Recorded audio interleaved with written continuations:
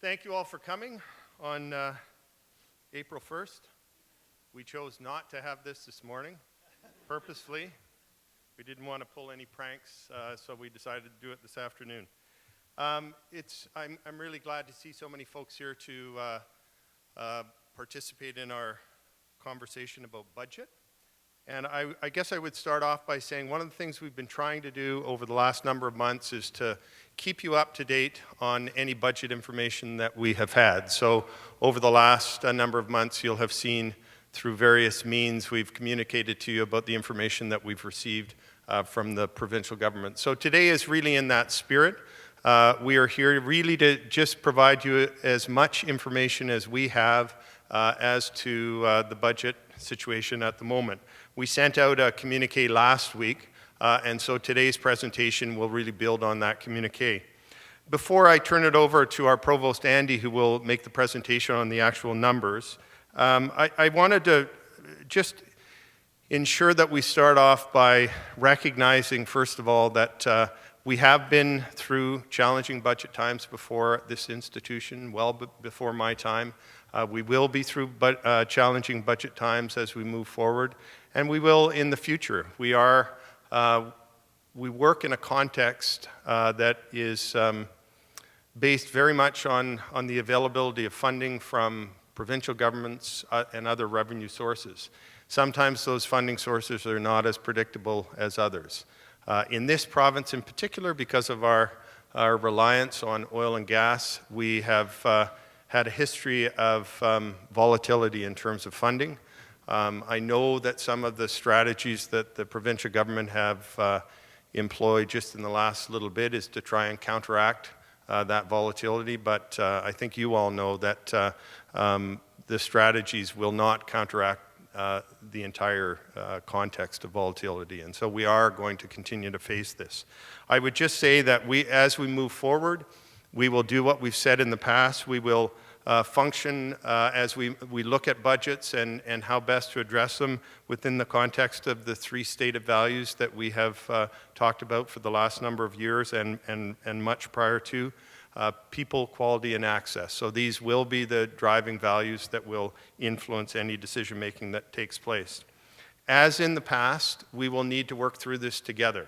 And the together means all of us collectively and all of the various elements of the university, faculty, staff, and students, and the many different machinations of those groups. In addition, we will be working with the community and necessarily working with the community. That's, of course, our Board of Governors that are made up of community members, but also members of Senate and the like. One of the things we've tried to do over the last number of years is to use third-party advocates to support various positions, whether it's the Destination Project or our thoughts re the operating budget, and that will be our strategy going forward. And I would say that any influence you can have on third-party advocates is very important, because it is important that the public, as well as government, hear not only from us, but also importantly from members of the public about the importance of public education, the importance of universities, and in terms of the impact that we have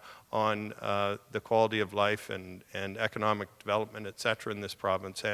And that message comes more importantly and more effectively from external members of the public, as opposed to gray-haired university presidents, who they hear all the time.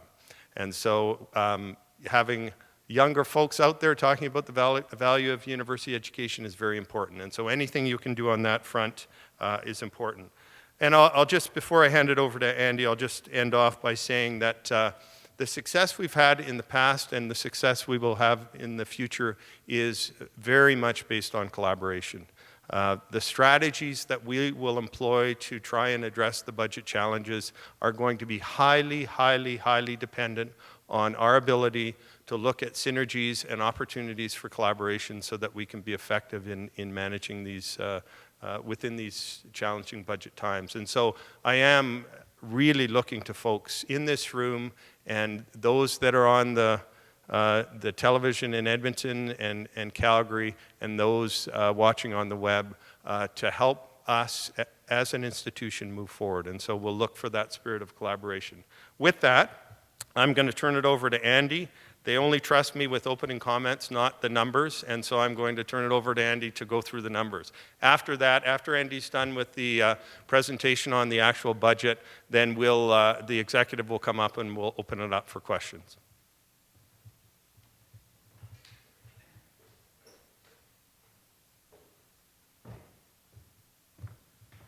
Good afternoon, everyone, and thanks for coming across.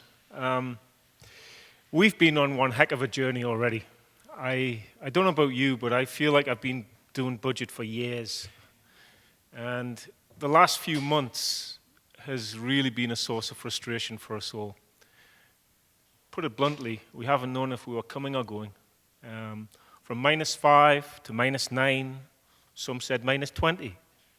We have just tried to keep a straight course through this. We've reported as clearly and as accurately as we can along what the information is along the way. And today, it actually, even though, you can make up your own mind what sort of budget this is from the province, but in many ways, this comes as a relief, because at least now we know where we're headed and what we have to do. And that, to me, is now time to really roll up the sleeves and get on. Overall, there were some surprises, there were some gasps, there were some aha moments, and that's what I hope to sort of unveil to you as we go through this. The information we received was absolutely under lock and key until Mike went to Edmonton last Thursday. And at that meeting, he was presented with our budget letter. He obviously heard the speech from Robin Campbell, but during the lockup, he was presented with our letter. Following that afternoon, Mike flew back, and we had a scheduled meeting with our Deputy Minister by telephone. And we took that in the Lethbridge Lodge because we were at the Blue and Gold event, and so we ducked out of that. And we had another 15, 20 minutes to receive some budget details, to get into it a little bit deeper. And that turned out to be a very interesting conversation. And then the final piece of information we received as I was driving to Calgary for the alumni evening, which we had Margaret Atwood at, and another piece of information was imparted on us, which we will have to deal with. So the big news in terms of where we sit for 2015-16 is that the university can anticipate a 1.4% reduction in its operating support. That's the Campus Alberta grant. That is our main funding source for the institution. That was consistent with all the documentation that was placed in the budget sort of release. In 2016-17, you'll have seen, if you've gone through the documents released by the government, that they were anticipating a system-wide reduction of 2.7%. On the Thursday evening, we asked the question whether that was across the board for everyone, or whether it would be differential. The news was it was differential, but that, in essence, how much differentiation there was between institutions wasn't ready to be told. On the Friday afternoon, I received the call indicating that it was 0.4% in addition to the 2.7%. So next year, 2016-17, we're looking at an overall 3.1% reduction. And you may well ask, what are others doing? And our information at this time is that the other CARI institutions are in exactly the same boat as we are. So we are yet to find out full details of how the additional reductions or lack of additional reductions have been applied across the system, but obviously that'll come in time. Another important part of this budget was the whole idea that the university is going to have to move towards and explore revenue generation. Obviously, we're very good at collaboration. The institution has a hallmark next to its collaboration stance, and we will continue to do that. What this means in terms of revenue generation, we're yet to fully understand. But obviously, another part of this equation is moving towards operational efficiencies. Again, we've been on a journey for several years together, and we've done a lot of that work. And the news is we're going to have to continue. The odds are that that Campus Alberta grant will continue to move in a downward area, with the shortfall being made up with those efficiencies and revenue generation opportunities as we proceed. We have a short window of opportunity to produce a plan that will talk about the impact of these reduction measures on the institution. And we've been asked to supply that to the government by June 1. We're yet to have the conversation with the government about the factors within that plan. I'm currently waiting for some phone calls with the staff from the ministry to outline in greater detail to Nancy and myself what parameters are within that plan. So in terms of the operating grants, here it is in terms of the dollars. You can see that last year we were just over 95 million in Campus Alberta grant. That is our main funding source. This year, with the minus 1.4, we go down to $93.8 million.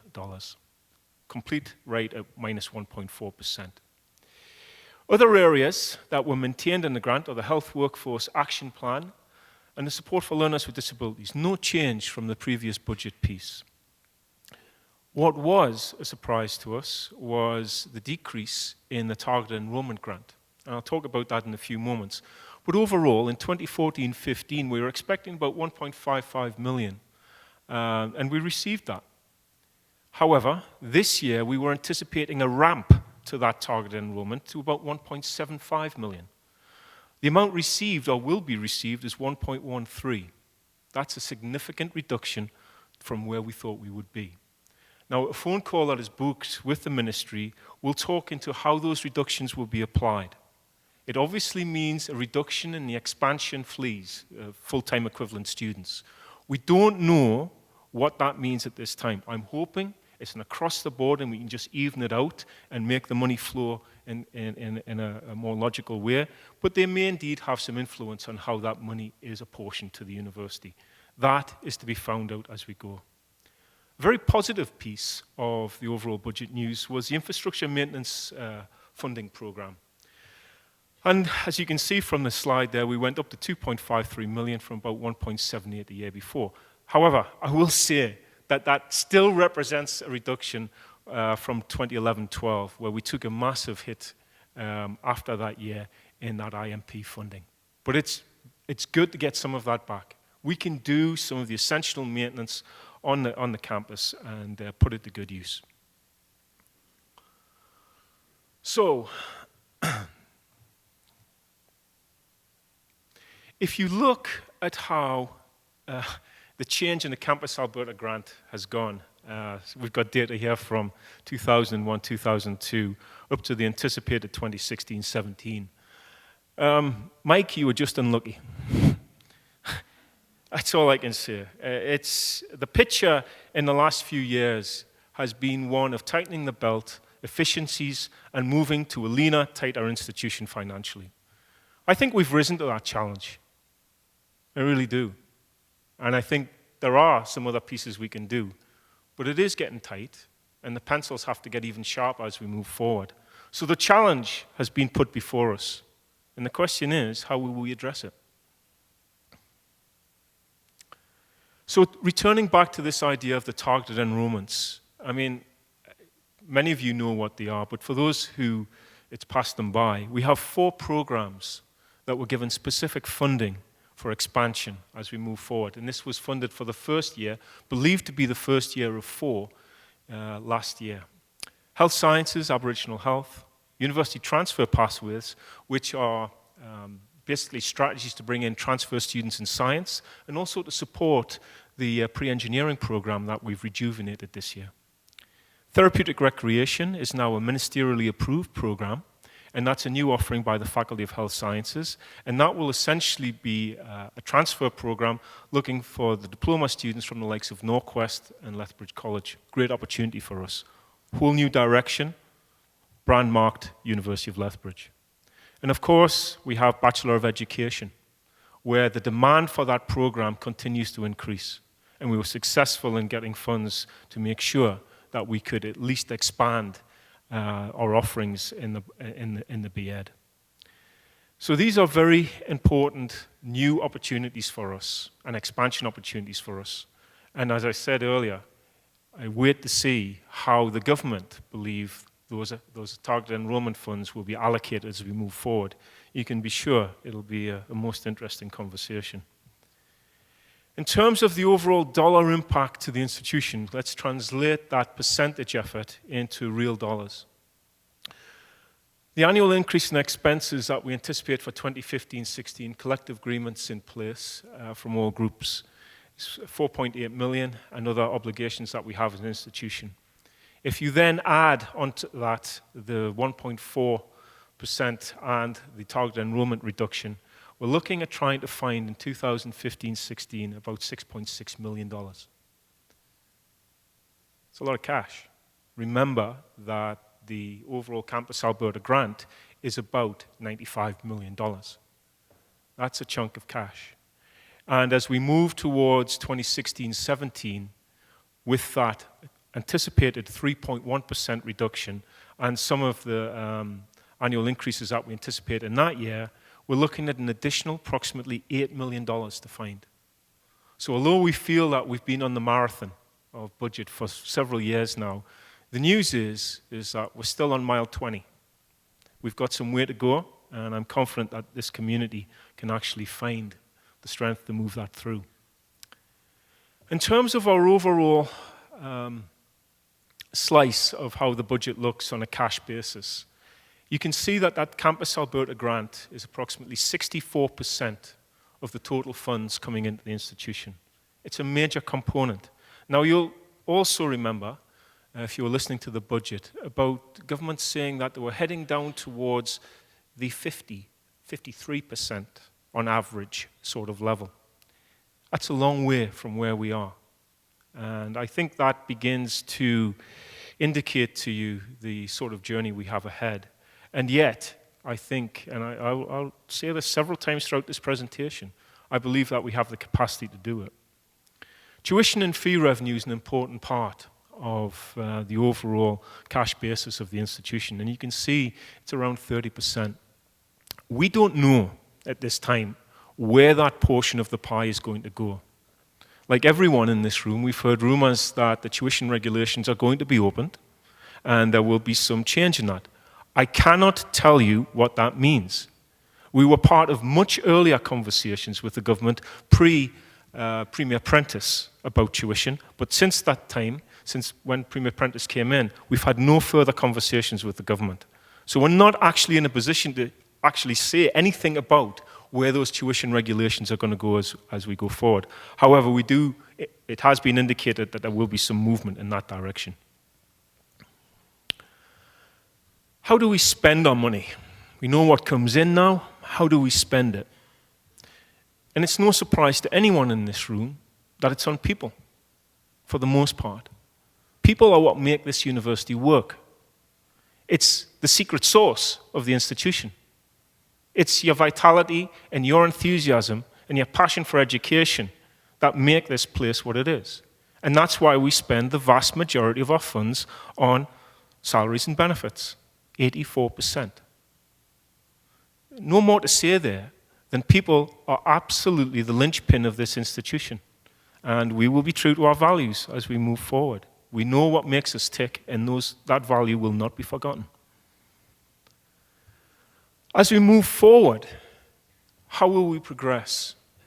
Obviously, for months, we've been trying to do what we can to prepare ourselves for that March 26 meeting and the budget coming down. We have a well-established process, and it's a process we will continue to do. We will look for the reductions. However, we must ensure that we're still true to looking in the new strategic areas that will make this institution fly in the years to come. We have to fund the future. We have to fund new initiatives such that we can keep on a positive trajectory. That's not easy, I accept that, but it's something that we will have to do. The process will enable us to do that because we have that link into strategic planning. We'll still be looking to make strategic investment as we go forward. It's getting more difficult, but it is the thing we need to do to move. It was an incredibly confusing time, pre-budget. And the mixed messages, I don't think I've seen anything like it in my career so far. We didn't know if we were up or down on any given day. And the surprises we received in the last month at times took our breath away, to be honest with you. We just didn't think, with the sort of information that was being supplied to the university, that there would be new sources of money provided in what was the pre-budget time. But I'm very, very pleased to say that the government came through with Access to the Future funding. Now, to the tune of 5.37 million for the first year. Access to the Future, if you remember, is essentially money that is in matching to contributions that have been made to the institution. And so some of those funds have already been sort of committed to donors to the institution to go into specific projects. Two of those are the Potato Growers Research Chair, which we'd committed to find $1 million to go forward with, and the Métis Scholar Awards, a 0.5 million investment. So some of that money has been allocated. The remainder has been put towards a destination project, and you can regard that as leverage to gain other donations into that project. What do people look for when they invest in a project? They look for ambition, they look for innovation, they look for a clear picture of how the future will look. And they also look, yes, for what the government have invested. We can turn around and say this is a contribution from the government that will leverage other contributions, and that will really help us with the destination project. So Access to the Future came as a surprise, given the sort of vocabulary we were hearing from Edmonton. Another piece that, again, great news, because we desperately need it, and those of you with graduate students know from where I speak, was an investment over 3 years of 1.5 million to support graduate students at the institution. And, you know, I think we began work on this, I think it was September of last year, when Drew Marshall, myself, and at that time, Carl Amrine, went to the minister and the deputy minister and began a conversation about supporting the need to grow the graduate student body within Alberta. And that in order to get out of the boom and bust cycle that we currently enjoy, that we had to build a knowledge economy, and key to that building of knowledge economy is the graduate enterprise. That there will be the glue and the driving force that will take us in other directions. Before all the oil went south on us, and with catastrophic effect, we had built a proposal between the three institutions looking for that graduate support. And we had been told the maximum value that would be anticipated to be given by the government. Once the oil went boom, we were told that it was highly unlikely we'd receive that funding. I'd anticipated, in fact, our request into government was in for $300,000 a year. To receive a check for 1.5 million without a telephone call, I got to tell you, that was an incredible day. And, you know, I mean, there hasn't been many whoops for delight in the last little while, but that one caught us completely off guard because we desperately need this money to support this growth in graduate students. It's where we're headed. It's part of our strategic plan. And I can tell you that with the likes of the Thrive program, which is being developed by graduate studies in order to develop the skills of graduate studies students away from the narrow discipline, but more of a broad-based skill set, that's going to be used to good effect. The other piece that came through, and I think this was literally days before the announcement of the budget, was matching funding for the Corvan Ray gift to the university that we shared with the Lethbridge College. If you recall, Lethbridge College and University of Lethbridge were each given $2.5 million to support an agribusiness program and development of agribusiness at the University of Lethbridge and Lethbridge College. Mike had approached the government before the oil bust, and we had been looking for the matching funding because we believe this is an area of growth for the institution in the agricultural area and a potential area of successful future for us. Much to our surprise last week before, we received that matching money. And I can tell you that'll make a massive difference to the trajectory we will have on that very important portfolio. So lots of good news there. And certainly not the -5 south we were anticipating. But we will have to think about where we're headed. And that's the sobering part. in many ways, the budget that was announced was in much better shape than what we had been led to believe. Whether that was a strategy, whether that was reality, who knows? And quite honestly, at this point, I'm past caring. The mission in front of us now is to deal with what we've been told in that number and to move the institution forward. And we put a lot of good work into finding a framework for operation several years ago in this. We know what our values are as an institution. We took a long time to pass those through community. We know the importance of people. We absolutely respect the importance of quality and access. Without access to the institution, we'd be in for a tough battle because there are others who are looking for our students. We must maintain that access and do everything we can to ensure that we are an open institution for students. So we'll be moving through that process that I showed earlier, and we're looking to get a budget in front of the Board of Governors for approval by June 2015. The time between now and then is one of a lot of exercises to get to where we need to be. And as I said, our process is known, and we know how to get there with your help. The sleepless night of March 26 will forever be left in my head. And when Mike got back from Edmonton and had the budget letter, that phone call in the evening in the lodge, we were able to ask other questions. And obviously we had seen within the paper supporting the budget the news that the Destination Project had been given 3 years of funding at $5 million in 2017-18, $20 million in 2018-19, and $45 million in 2019-20. A lot different than what we had been told in a previous letter from the government of $100 million coming forward in 2017-18 and $100 million in 18-19. A lot different. To the point where I think it was Mike or myself asked the question of the DM, is this a $130 million cut to the project? And there was silence. It was, you could hear a pin drop. And then after what felt like an eternity, the message came that, well, from the DM, well, I think we need a conversation with infrastructure. That was one of the worst nights I've ever had. But at 7:30 the next morning, I saw Mike. And he said, I've had a phone call. The $200 million's safe. We got it.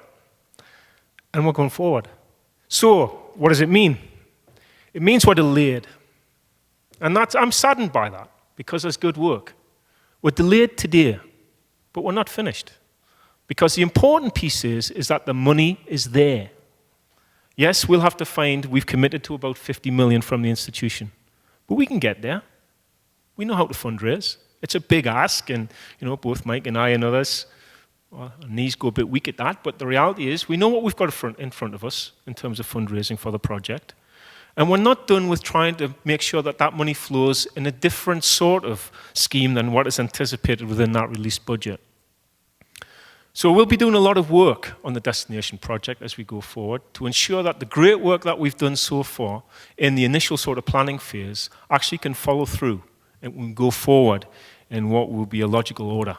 And like many in this institution, I really look forward to seeing how this project will come together. And the big news for me on Friday morning was the project's intact. And I think that is an incredibly good news piece for the University of Lethbridge. It actually is affirmation that this government actually believes in where we're going, that they recognize in us as a change provider for the future, that we have the ability to take such an investment and make a difference to the province and to all students. I think we should take that and run. I think we should look at our science numbers and think about how we can build them even further. And I also think we should never forget about Destination Phase 2. The revamp of University Hall is just as important. We must keep at that. It's great to have this piece of news we're going forward, but the reality is we need Phase 2 as well, and that work will be ongoing. So from that perspective, a lot of relief. Last slide, and I've said it throughout. There's no rose-colored glasses here. We know how much work is in front of us. We know we can do it. I think what you have is an understanding that our mission as an institution is valued, that we have the work ahead, and everyone should be aware of that. There will be some tough choices as we go, but we're still moving forward. And that could have been a very, very different sentence than when we were planning for -5 south. This actually places us in a position where we can do the work to ensure that we can meet our mandate in a sensible way. And I look forward to working with many of you as we embark on more of that work. So at this point, I'll back away from the mic. We'd really love to have your questions. And I'd ask that if you do have questions, you come to the mic, because we have our viewers in both Calgary and Edmonton online. And if you don't come to the mic, there's just a period of silence. And they have no idea what your question is. So if you do have a question, please step forward, and then we'll do our best to answer with the full team. Thank you very much.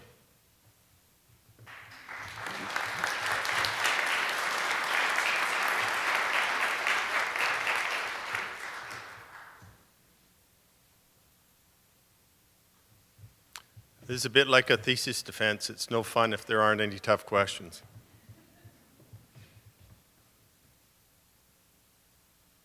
Wow. Yeah.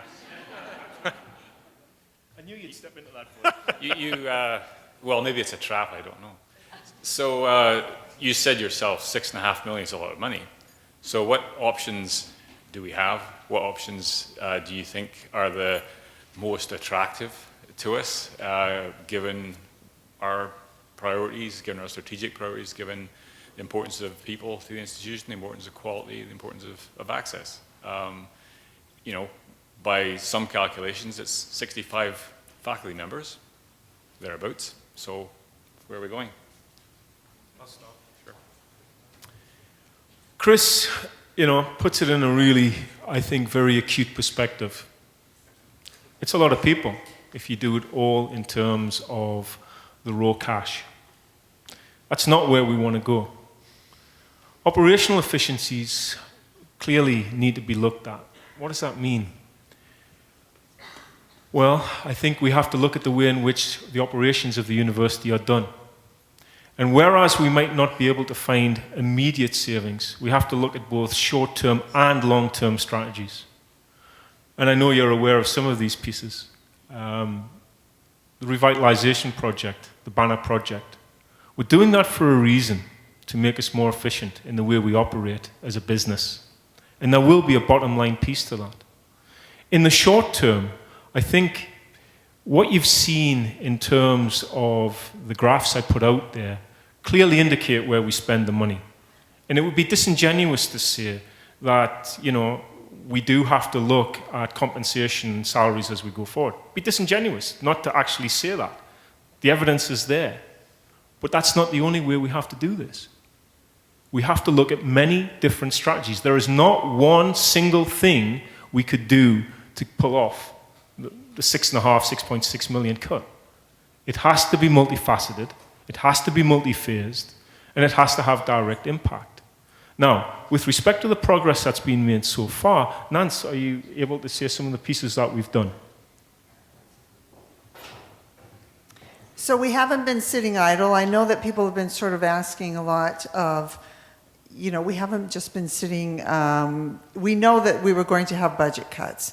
So I know a lot of you are asking, well, what was your plan? And so we've been quite quiet because we didn't know what the target was. We've been quiet in terms of working with the community and doing town halls. But in the background, we've been doing a significant amount of work, and we've had several budget task forces as well. So, but one of the things that Andy pointed out too is in particular about our operations. So we went into a new budget model last year.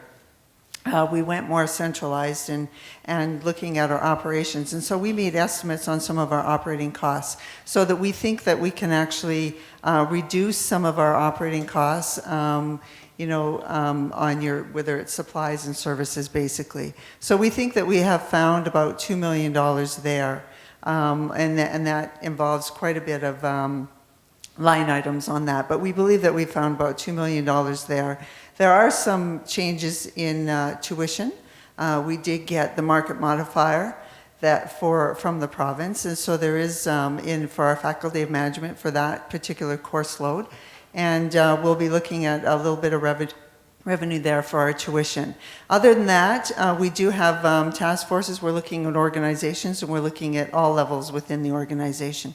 That includes senior administration on how we manage all of our operations, and we've been looking at how we book our spaces. We've been looking at how we deliver IT, for example. So all those task forces, they have reported. We just got the report, so we're just digesting them now. But those are the kind of things that we will be looking at in the next month or two.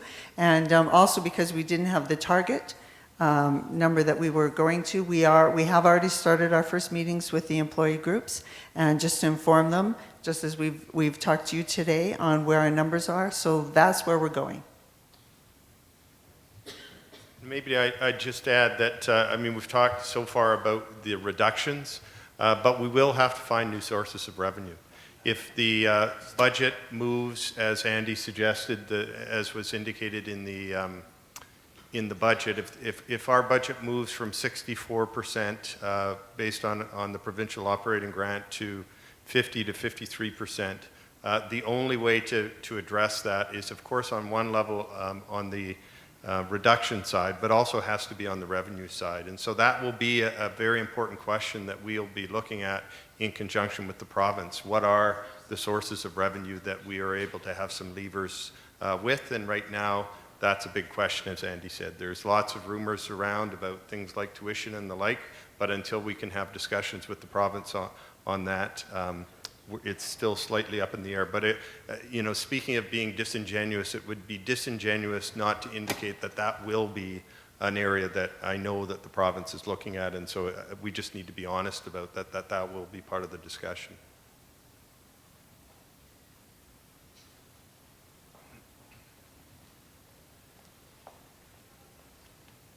Okay, from over in my corner. So it's anticipated, not for sure, polls are indicating that it might not go that way, but that there will be an election. So what will be the consequence of an election on this budget scenario? Yeah, it's a good question. So we don't know whether there'll be an election. Of course, if you read the newspapers, you'll see that there's now all of a sudden questions about an election because of this latest poll. I would say at this point, our sense is that there will be an election, that if there is an election and the party in power is successful, that they'll pass the budget as is. That's, in fact, what the Premier said, I think, in the paper just this morning, if you read the Calgary Herald. Of course, if the ruling party is not successful, then all bets are off. And basically, the government would have to make decisions pretty quickly about what they would do from a budgetary perspective. My guess is they'd have something in a temporary manner for a while and then pass their own budget.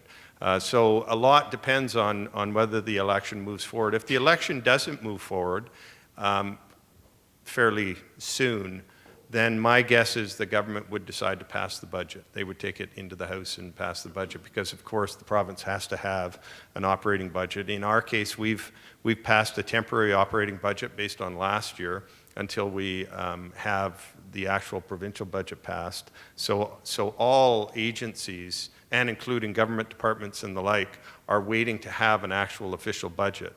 And so the government can only wait so long.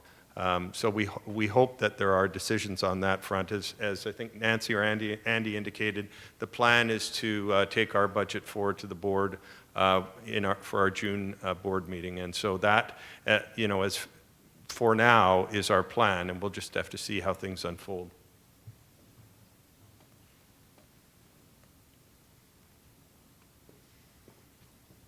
Hi, guys. So when we're talking about consultation for Budget 2015 in terms of the university's perspective, what areas do you see in terms of mechanisms that you're going to provide for student consultation before the June budget drops? Yeah, so the budget process, as Andy indicated, is it was laid out on the slide. And so the Budget Advisory Committee has students sitting on the Budget Advisory Committee, so that's where we see student engagement. In addition, as I think you know, if there are at any point in time plans to have discussions about changes in fees, then we have another process that we engage in more directly with students outside the Budget Advisory Committee. So our intent is to follow the process that we have in place. I think Andy made that clear in his presentation. Nancy, I don't know if you have anything to add on that part? I guess I'm going to push you a little bit here on this. Sure. I mean, we do appreciate the representation that we have on back, but recognizing that that's, I think, a single student that sits on the Budget Advisory Committee, we're talking about students as a whole. We have 8,000 students registered at the University of Lethbridge. Do you see more of a role in terms of consulting with students? I mean, you're also mentioning talks about revenue generation. Let's be honest, revenue generation is tuition and fees. When you're talking about increasing revenue generation and you're talking about increasing our tuition, you're talking about increasing our fees, I think there's more of a need for rather widespread student consultation on that issue so that there's a true understanding of what impacts future raises are going to have. I mean, this institution's already seen a 300-person drop in terms of enrollment this year. I think there's some real questions out there in terms of what our enrollment's going to look like in the future. So, you know, the issue of fees and tuition, as Andy indicated in his presentation, is very much up in the air. And so at this point in time, we have no information as to what will be available in terms of any changes to the tuition and fees regime. And so for the moment, I would say we are in a place where we have to rely on the positioning of tuition and fees relative to the existing legislation. If there is a change in that regime, whatever it would look like, then of course we will have to step back and say and ask questions of ourselves as a university, including having discussions with students about how we would move forward given any potential changes to regime. Of course, there's been rumors about taking caps off and the like. If these sorts of things were to happen, this will be a new landscape for us, and we will have to step back and say, how does the University of Lethbridge respond to that landscape? We have no idea at this point whether or not the removal of the cap will happen. If it does, we don't know what the restrictions might be. So it would be real speculation on my part to say how we'll consult with students, not knowing what exactly the government has in mind. I assume the government has something in mind. There's been enough signals to that effect. But what exactly the government has in mind, you know as much as I do, and I'm being very honest. We have no information other than, frankly, what I read in the paper or I hear from the minister or deputy minister, which is very high-level discussions about changing the nature of the structure of post-secondary funding in relation to the operating grant and tuition and fees. Thank you. Chris, just so you're well aware that we have a student consultation process besides the budget committee. So yes, we do have student representation on that. But anytime that there's any fee adjustments, that we have a student consultation, that senior administration meets with you on more than one occasion. So we will plan to carry on with that particular consultation.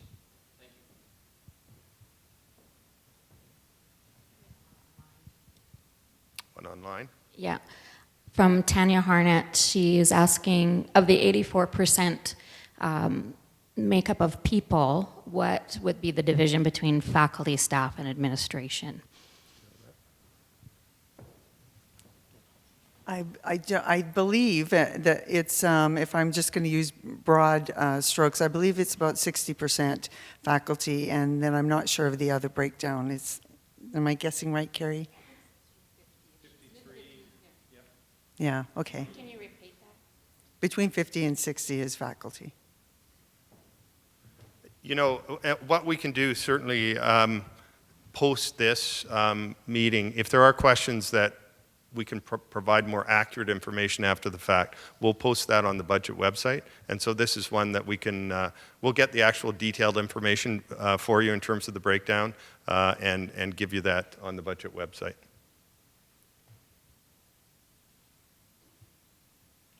Any other questions?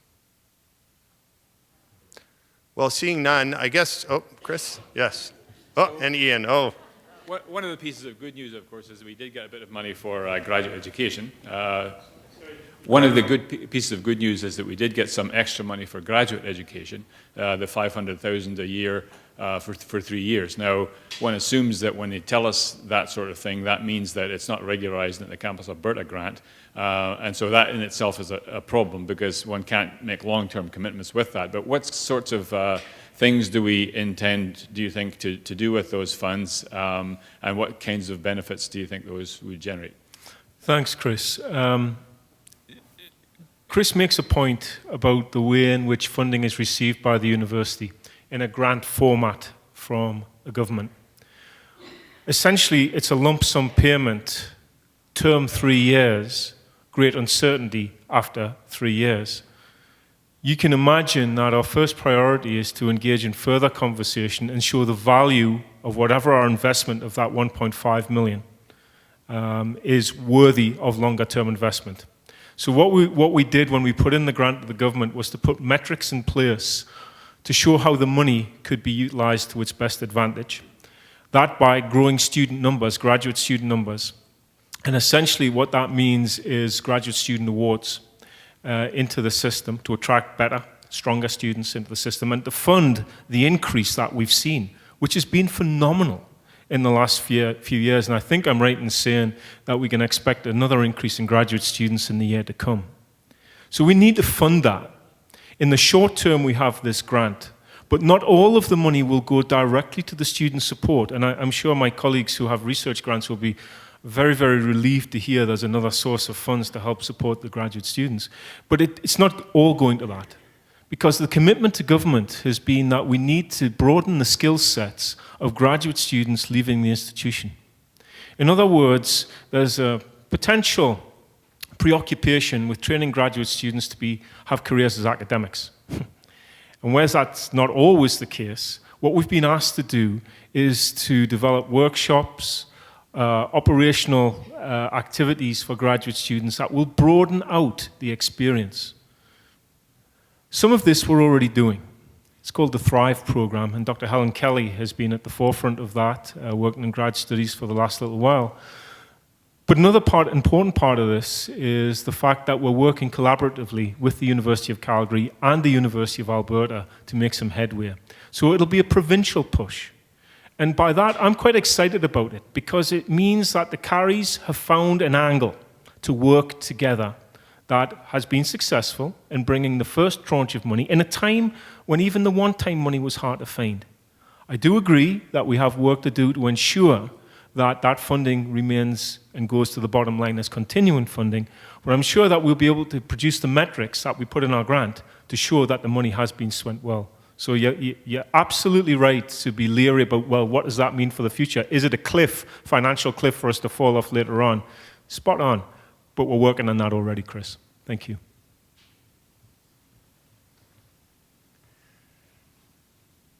Scant months after I arrived at the University of Lethbridge, same time as Andy did back in 1989, we wound up a Faculty of Continuing Education, which was a function that we felt that we didn't want to be involved in anymore for reasons that I don't fully understand.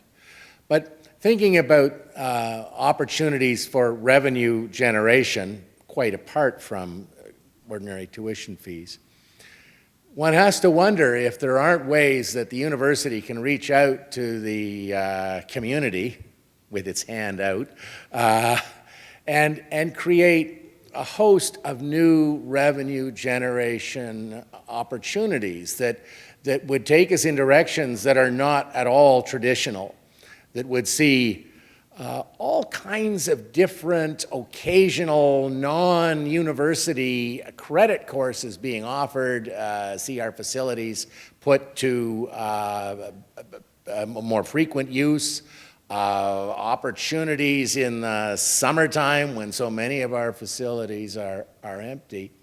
And it seems that to do that, we'd have to be a whole lot more entrepreneurial about our people and our spaces than we are.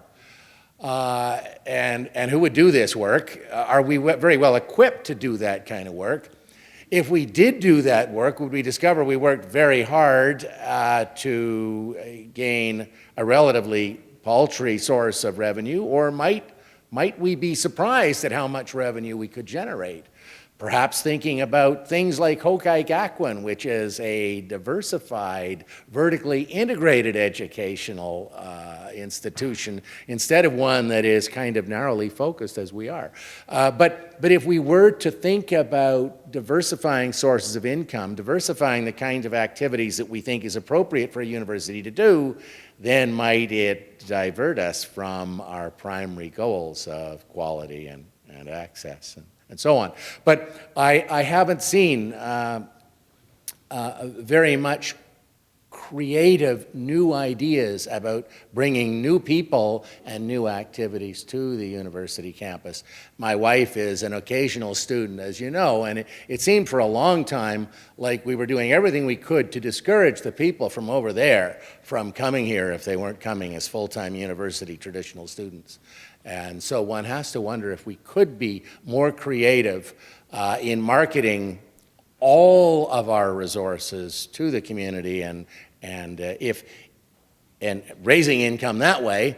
But you might be able to argue quite successfully that at the end of the day there must not very much money to shake out of the tree. I don't know, but it's something that I'd like to hear you address.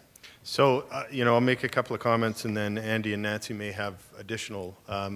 The first thing I would say is always interesting to look south of the border at what's happened in the U.S.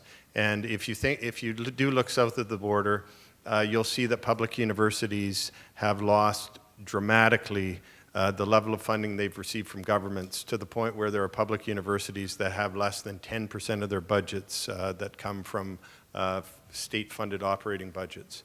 Why I point to that is because what that has forced universities in the U.S. to do is to become far more aggressive and creative around revenue generation, both in terms of philanthropy, of course, which we are engaged in, but also looking at other strategies, some of which Ian referred to, whether it's revenue generation through continuing education programs and the like. Earlier, when I mentioned that our success going forward was not only going to be based on budget reductions, but on revenue generation, I wasn't just referring to revenue generation that relates to tuition and fees. I was referring to having to be more and more creative around how we fund the things that we do. Some of this will happen through philanthropy, and this is an important direction for us. And some of it will have to happen through creative strategies. The Destination Project is very much designed to look at how do we reach out to the community in new and different ways, and certainly the reaching out to the community can't all be gratis. There is going to have to be revenue generation associated with it. So I do agree with you. We are going to have to think outside our traditional box in terms of how we think about operating universities. If this government is truly intent on changing the relative structure of university and college budgets, we will not have any choice. And this is what I've seen in the US. I have a very good colleague who's deputy provost at Arizona State, and if you look at Arizona State, they now receive less than 10%. I think they receive 8% of their budget from the state government, even though they are, quote, a state university. But they have been extremely successful in revenue diversification, and that's a direction we're going to have to take. I'll see if Andy and Nancy have anything else. Sure. Love to try and give Ian some sort of response. As you go forward with those sort of revenue generation pieces, continuing ed is always an option as you think of these things. But I'd say to you in these times that you have to maintain a very careful balance from where your mandate needs to take you. And so all of the comments I will make are with this in mind, that the first thing you look to is your mandate and your strategic planning as you go forward. Those are the primary directions for the Institute. Having said that, there are opportunities.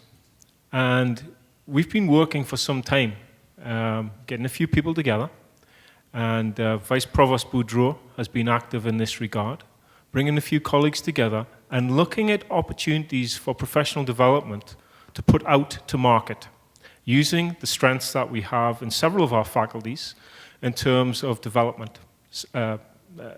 Well-versed in literature, well-versed in the skill set of delivery. How can we retune those to look at a revenue generation stream? Indeed, the Vice Provost has already put out a workshop on quality assurance that initially is cost recovery, but nevertheless is built in the true entrepreneurial spirit that comes from the Faculty of Management. Again, there are these opportunities, and where would we do them? Well, we've put some thought into that, and we believe that Calgary would be an excellent location for us to look at these sort of professional development activities, it being still one of the major business centers in Western Canada, and one of the seats of many of the corporate head offices in Canada. We also believe that there's an opportunity here for the Coutts property, that sort of professional development in an atmosphere that is very intimate and very personalized could have revenue potential.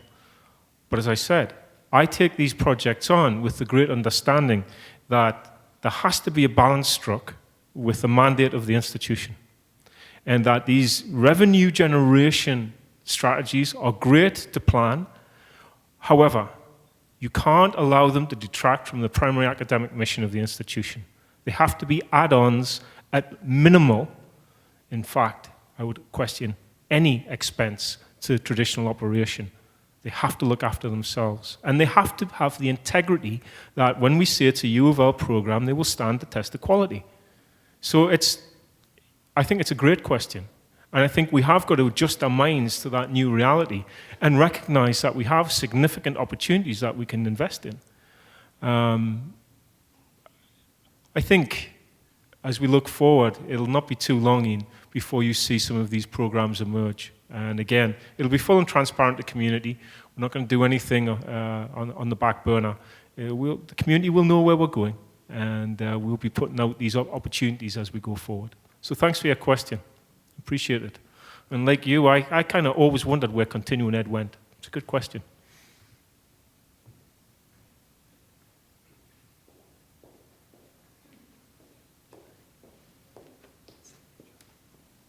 Hey folks, just one more question for you.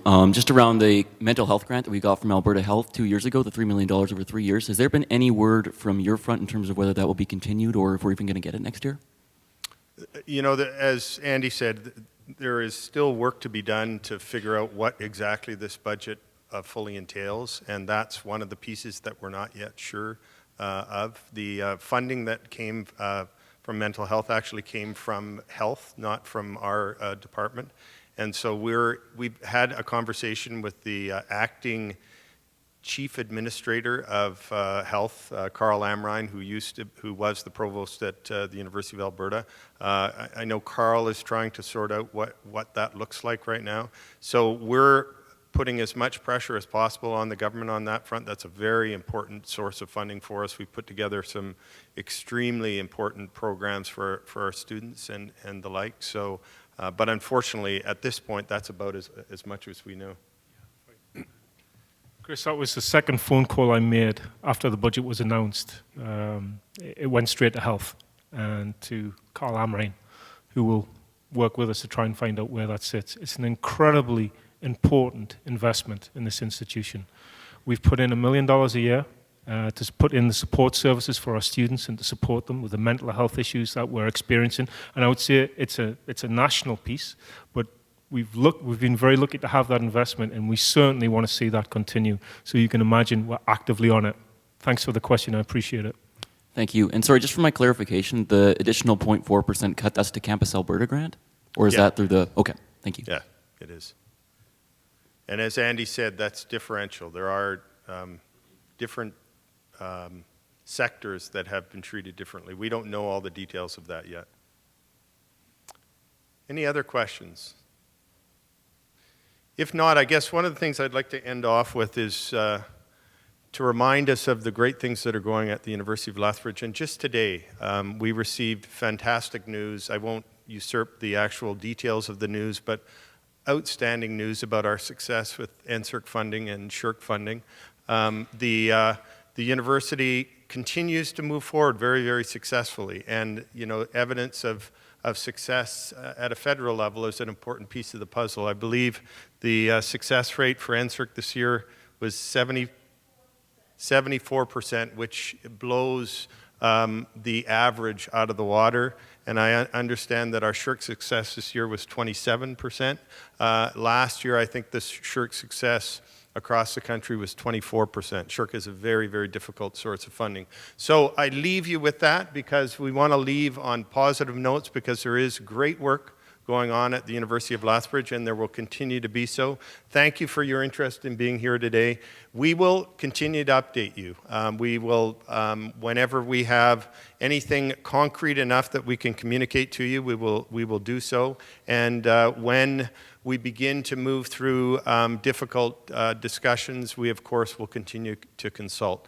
As I said at the outset, our success moving forward is going to be based on collaboration and looking at how we can work together to get past some of these, I won't call them budget hiccups. That would be a little disingenuous. This is a bit of a budget belch. So we'll think about moving forward on that front. Thank you.